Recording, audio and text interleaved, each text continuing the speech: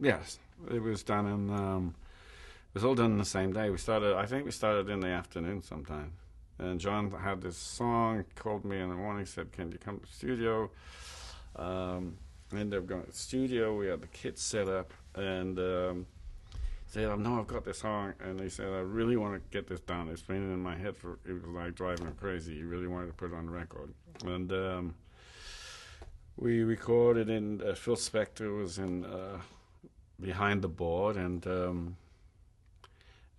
basically we got in there, and I only think we ever took it like 4 or 5 times, but I kept at that time in my life I was experimenting because I with my own band I'd been experimenting with doing kind of like playing drums or regular rhythm, but when you come to kind of drum breaks, you change the meter of the drum breaks, so it sounds like you step sideways for a little while and then go back to the song.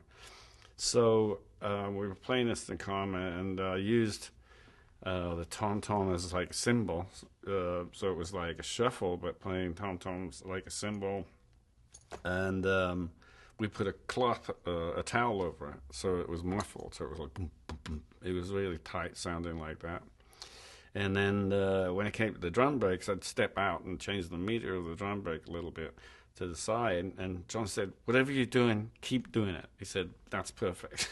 And he never really told me to do anything. I was just like messing around, experimenting with the drum breaks. He said, "No, do that every time it comes to this part of the song." And then we got the backing track, and then we needed to put piano on it. And we overdubbed the piano, and 4 of us played the piano at the same time because Phil Spector, being Phil Spector, wanted 15 tambourines and 4 pianos all playing the same thing, and then they make one sound out of it. So John and myself were on one piano playing dang, dang, dang, dang, dang, all that stuff, and then Klaus and I think it was Gary Wright. He was on the other piano, and all 4 of us played on 2 upright pianos, just banging away all the way through the song. And that's what you hear. But then once we had that, it was getting into the evening a little bit, so we were layering everything up, getting it all kind of down there. And John all of a sudden said, "We need more voices on this," and we said, "Well, we can all sing, but we know we don't have enough tracks to double track kind of. We all shine on like the stars in the sun." So he wanted like a huge thing, and it was getting late, and it was that time at night. So he sent Mel Evans to, who was the Beatles' main roadie, Mel Evans, a really great guy, like a cuddly teddy bear. He went off. He said, "I've got an idea," and he went to, I think it was the Revolution Club in London. And the club was kind of starting to close by the time he got things down there.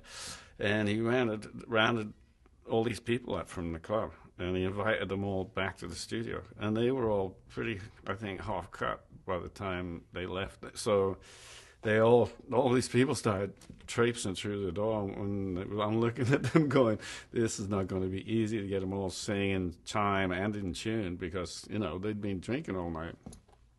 Anyhow, John and myself and Klaus, we all stood at the front conducting like this, and gave him big signs saying, "This is what you have to sing." And we managed to actually get them all singing in tune. So that's what you actually listen to on the record. So it was a pretty interesting evening.